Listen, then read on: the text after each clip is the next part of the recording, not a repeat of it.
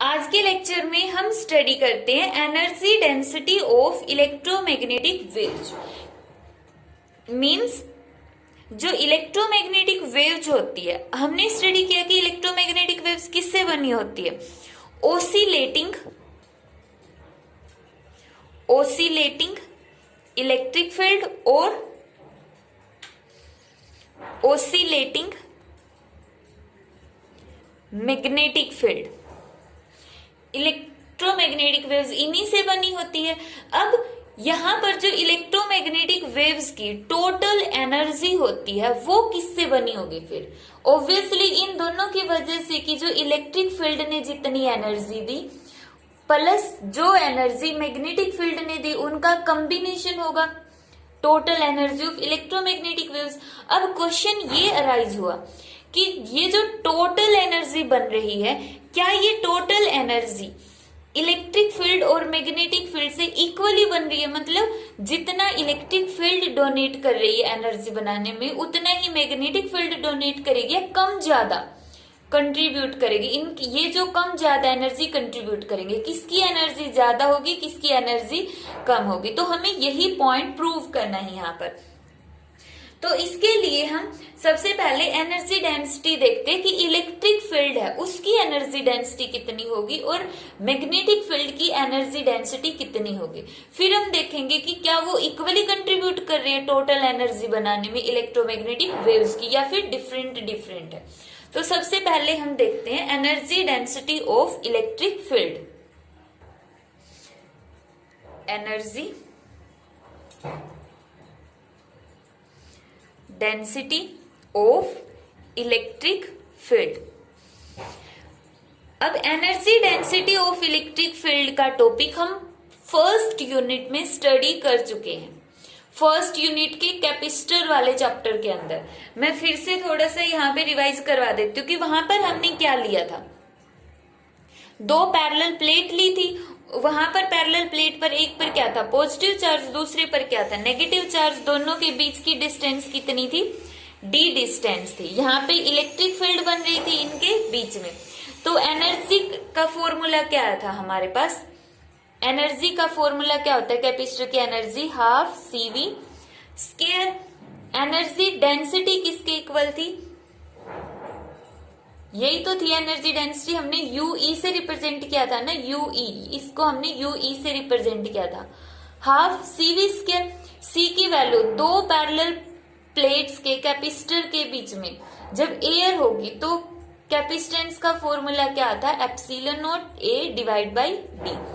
अब ये रिलेशन हम पढ़ चुके जो बहुत ज्यादा इंपॉर्टेंट है। E is equal to minus dV by dr। यहाँ पे E होगा इलेक्ट्रिक फील्ड, V होगा potential.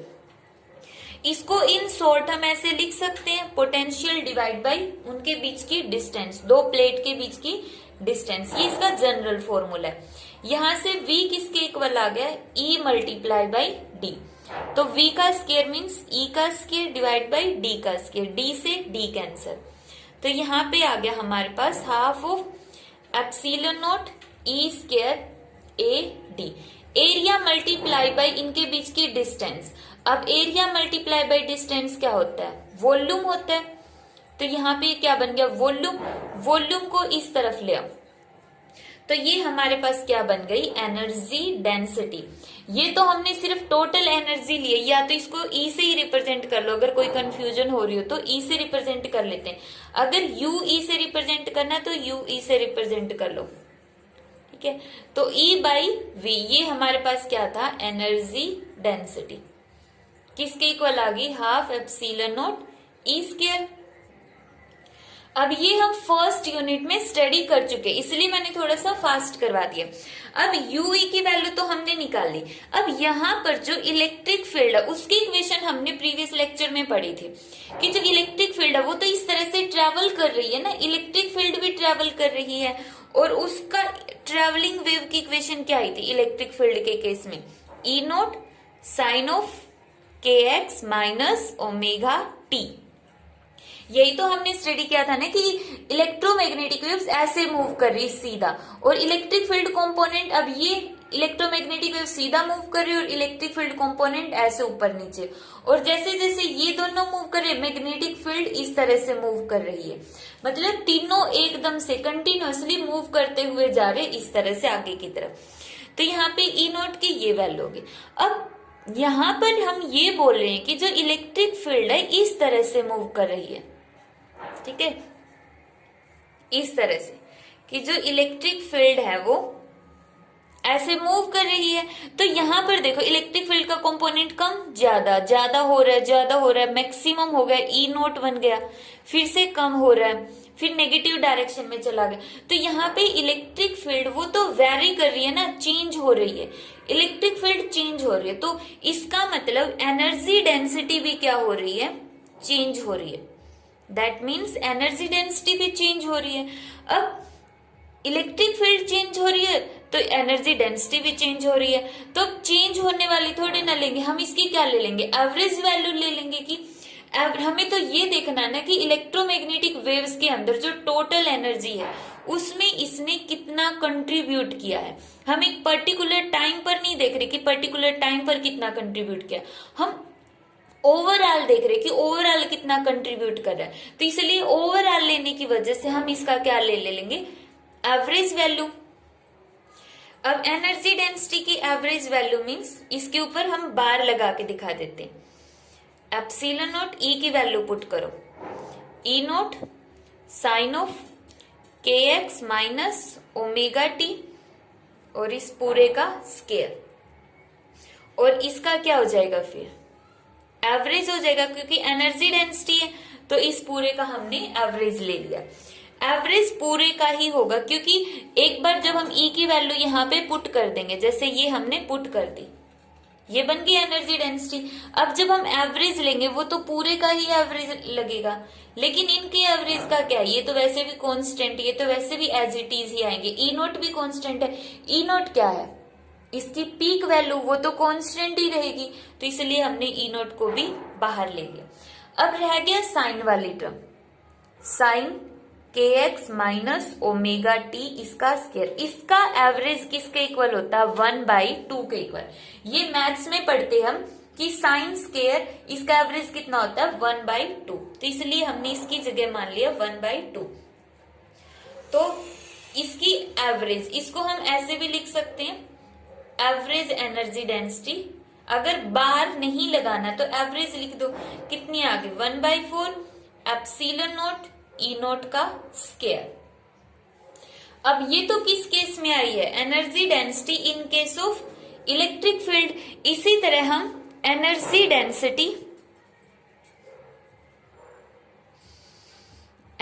Density of magnetic field की निकाल सकते हैं, मैग्नेटिक फील्ड की एनर्जी डेंसिटी। अब हमें बता मैग्नेटिक फील्ड की एनर्जी डेंसिटी कितनी होती है, हाफ ऑफ एल आई का स्केयर होती है। अब ये तो सिर्फ एनर्जी होती है, सॉरी एनर्जी डेंसिटी नहीं, एनर्जी ऑफ मैग्नेटिक फील्ड इतनी हो गई। एनर्जी डेंसिटी कैसे निकालेंगे, वही energy due to magnetic field divide by volume. अब इसमें वॉल्यूम कहां से लेकर आएंगे, तो सारी वैल्यूज पुट करेंगे।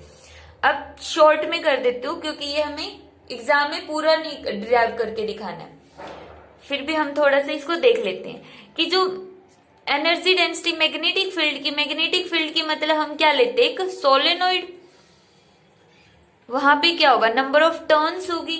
अब सोलेनोइड की वजह से मैग्नेटिक फील्ड का formula mu naught N I की वैल्यू किसके इक्वल आ गई, B divide by mu naught N. यहाँ पे देखो आई की वैल्यू निकल गई, फिर हम एल की देखेंगे। एक सोलेनोइड की सेल्फ इंडक्टेंस की वैल्यू हम निकाल चुके हैं थर्ड यूनिट के अंदर, किसके इक्वल आई थी, mu naught N square area multiply by length. यही फॉर्मूला है जिसको हम ऐसे भी पढ़ सकते हैं, A by L, N square A by L, ये फॉर्मूला है। अब एल की भी वैल्यू है हमारे पास, आई की भी वैल्यू है, दोनों की वैल्यू इसके अंदर पुट कर देंगे तो हमारे पास आ जाएगा EB is equal to half of B square mu naught V। अब V को इस साइड ले आओ, EB divide by V is equal to half B square mu naught, और इसको हम क्या बोलते हैं, energy density due to magnetic field. अब फिर से मैग्नेटिक फील्ड किसके इक्वल होती है, B is equal to B naught sine of kx minus omega T. अब मैग्नेटिक फील्ड भी चेंज हो रही है टाइम के अकॉर्डिंग। मैग्नेटिक फील्ड भी तो इस तरह से ट्रैवलिंग वेव है कि जैसे जैसे ये जा रही है, इलेक्ट्रिक फील्ड तो ऐसे ऊपर नीचे जा रही है, और मैग्नेटिक फील्ड ऐसे हॉरिजेंटली अपवर्ड डायरेक्शन में, डाउनवर्ड में, इस तरह से हॉरिजेंटली जा रही है। तो ट्रेवल कर रही है ना वो भी इस तरह से, तो उसकी इक्वेशन ये होगी। अब मैग्नेटिक फील्ड भी क्या वेरी कर रही है, तो इसकी भी हम क्या लेंगे, इसी तरह से एवरेज वैल्यू, इसका हमने एवरेज ले लिया। तो हाफ ऑफ 1/μ0, और यहां पर आ गया B0 sine of kx minus omega T, और इस पूरे का स्क्वायर। तो हमारे पास यहां पर बनता है, और एवरेज लेना तो पूरे का एवरेज।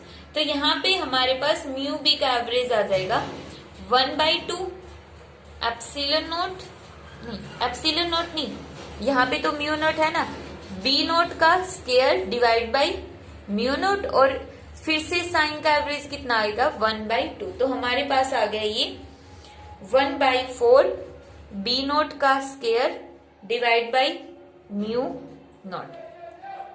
अब ये आ गया energy density of magnetic field कि जो इलेक्ट्रोमैग्नेटिक वेव है उसके अंदर इलेक्ट्रिक फील्ड ने तो इतना कंट्रीब्यूशन दिया है, और जो ये मैग्नेटिक फील्ड है इसने इतना कंट्रीब्यूशन दिया है। अब ये तो इनका अलग अलग कंट्रीब्यूशन होगा। अब हम देखते हैं क्या ये दोनों आपस में इक्वल है, क्या हम इस वाली टर्म को इसमें कन्वर्ट कर सकते हैं। अगर हमने इस टर्म को इसमें कन्वर्ट कर दिया तो इसका मतलब इन दोनों ने इक्वली कंट्रीब्यूट किया जितना। अब क्यों बोल रहे हम ऐसा, क्योंकि देखो इलेक्ट्रिक फील्ड इतना कंट्रीब्यूट कर रही है इलेक्ट्रोमैग्नेटिक वेव्स में, और मैग्नेटिक फील्ड इतना कंट्रीब्यूट कर रही है। लेकिन अगर हम प्रूव कर दे ये दोनों तो आपस में इक्वल है, क्योंकि अभी तक क्या है हम नहीं बता सकते कि कौन बड़ा है। सिर्फ 1/4 का फैक्टर इनमें क्या है, सेम है। ई नोट अलग है, एप्सिलॉन नोट है, इसमें म्यू नोट और बी नोट है। कैसे बताएंगे कौन बड़ा है, नहीं पता। अब हम क्या करेंगे, हम प्रूव करते हैं कि ये वाली टर्म आपस में ही इक्वल है। इक्वल है तो इसका मतलब इक्वली कंट्रीब्यूट कर रही है। अब हम उठा लेते हैं ये वाली टर्म 1/4 एप्सिलॉन नोट ई नोट का स्क्वायर। हम इसको इसके इक्वल प्रूव करके दिखाते हैं कि ये टर्म है इसके इक्वल आ जाती है। कैसे लिखेंगे, 1/4 एप्सिलॉन नोट। अब हमने थर्ड यूनिट के अंदर लोरेंट्ज फोर्स पढ़ा था। लोरेंट्ज फोर्स के अंदर एक कंडीशन आई थी, और उस कंडीशन में C की वैल्यू लिखी हुई थी E/B। वहां पर हम ये चीज पढ़ चुके हैं। अब एक बार हम लोरेंट्ज फोर्स देख लेते हैं। लोरेंट्ज फोर्स में टोटल फोर्स किसके इक्वल था, force due to electric field और force due to magnetic field. Electric field की वजह से QE और मैग्नेटिक फील्ड की वजह से QVB साइन थीटा। अगर हम मान लेते हैं कि जो इलेक्ट्रिक फील्ड और मैग्नेटिक फील्ड एक दूसरे के ऊपर परपेंडिकुलर है, मैग्नेटिक तो उस टाइम पे नेट फोर्स कितना हो जाएगा, 0 हो जाएगा। और यहां से चार्ज को बाहर ले लेंगे तो हमारे पास क्या बच गया, E+VB इज इक्वल टू 0। तो यहां से E किसके इक्वल आ गया, -VB, नेगेटिव सिर्फ अपोजिट डायरेक्शन के लिए। तो V की वैल्यू किसके इक्वल आ गई, E/B। डिटेल में ये सारी चीजें कैसे हो रही है पढ़ चुके हैं लोरेंट्ज फोर्स के अंदर, इसलिए मैंने बिल्कुल शॉर्ट में बताया। तो यहां से देखो V is equal to E/B आता है। यहाँ पे वेलोसिटी है, स्पीड ऑफ लाइट है, इसलिए हमने C से रिप्रेजेंट कर दिया। तो C is equal to E0/B naught आ गया। तो E नोट की वैल्यू हम कितनी लिख सकते हैं, C/B नोट और उस पूरे का स्क्वायर। अब यहां से कितना आ गया, 1/4 epsilon naught C square B naught का स्क्वायर। अब C की वैल्यू किसके इक्वल होती है, हमने सेकंड लेक्चर में पढ़ा था, म्यू नोट एप्सिलॉन नोट का अंडर रूट, 1/√म्यू नोट एप्सिलॉन नोट। ये हम अपने सेकंड लेक्चर के अंदर पढ़ चुके हैं। तो वैल्यू पुट करो C की, C का स्क्वायर है तो पूरे का square, mu naught epsilon note और यहाँ पे क्या आ गया, बी नॉट का स्क्वायर, एप्सिलॉन नॉट से एप्सिलॉन नॉट कैंसिल। यहाँ पर जो हमारी इक्वेशन आती वो किसके इक्वल आ जाएगी, 1/4 बी नॉट का square divide by mu not, यही आ गया। देखो हमने इसको इसके इक्वल प्रूव कर दिया, तो इसका मतलब क्या हो गया कि जो इलेक्ट्रिक फील्ड है और मैग्नेटिक फील्ड है वो दोनों इक्वली कंट्रीब्यूट कर रहे हैं इलेक्ट्रोमैग्नेटिक वेव्स की एनर्जी बनाने में। मतलब हम अगर ये बोल देते कि ये क्या है, एनर्जी डेंसिटी, ऐसे बोल देते कि energy density of electromagnetic waves किसके इक्वल होगी, energy density of electric field और energy density of magnetic field, average लेंगे ना हम यहाँ पे, ये होगा। और ये दोनों आपस में क्या है, इक्वल है। ये तो इन दोनों की जगह हम ये भी लिख सकते हैं 2 म्यू ई, या फिर दोनों की जगह म्यू भी पुट कर दो, energy density of magnetic field, तो ट्वाइस ऑफ म्यू बी, इस तरह से भी पुट कर सकते हैं। तो हमारे पास एवरेज एनर्जी कितनी आ गई इलेक्ट्रोमैग्नेटिक वेव्स की, टोटल एनर्जी। अभी तक तो हमने किसकी फॉर्म में निकाला, इलेक्ट्रिक फील्ड इतना कंट्रीब्यूट कर रही है और मैग्नेटिक फील्ड इतना कंट्रीब्यूट कर रही है। मीन्स अब तक हम ये पढ़ चुके हैं कि अगर हम ये मान लेते हैं कि इलेक्ट्रोमैग्नेटिक वेव्स की एनर्जी, तो अभी तक हमने पढ़ा 1/4 epsilon naught E square, electric field ने कंट्रीब्यूट किया और इसने मैग्नेटिक फील्ड ने कंट्रीब्यूट किया B naught square divide by mu naught. अब इसको एक ही टर्म में बता दो, या तो इलेक्ट्रिक फील्ड की टर्म में बता दो या मैग्नेटिक फील्ड की टर्म के अंदर बता दो। अब हमें बताइए दोनों आपस में इक्वल तो है ही, तो इसकी जगह भी हम यही पुट कर सकते हैं, कोई फर्क नहीं पड़ेगा क्योंकि दोनों आपस में इक्वल तो है ही। तो कितना हो गया 2/4 एप्सिलॉन नॉट ई स्क्वायर, तो 1/2 एप्सिलॉन नॉट ई स्क्वायर। ये आ गई इलेक्ट्रोमैग्नेटिक वेव्स की average energy, average energy electric field की फॉर्म में। और यही अगर हमें मैग्नेटिक फील्ड की फॉर्म में बतानी हो तो कितनी आ जाएगी 1/2 बी नॉट का square divide by mu not. ठीक है, तो इस तरह से हम energy density of electromagnetic waves calculate कर सकते हैं। ठीक है, तो आज के लेक्चर में हमने क्या देखा कि जो इलेक्ट्रोमैग्नेटिक वेव्स होती है वो इलेक्ट्रिक फील्ड और मैग्नेटिक फील्ड से मिलकर तो बनी है और ये दोनों के दोनों कंपोनेंट इक्वली कंट्रीब्यूट कर रहे हैं एनर्जी के अंदर। जो इलेक्ट्रोमैग्नेटिक वेव्स की टोटल एनर्जी होती है उन दोनों के अंदर इन दोनों ने इक्वली कंट्रीब्यूट किया है।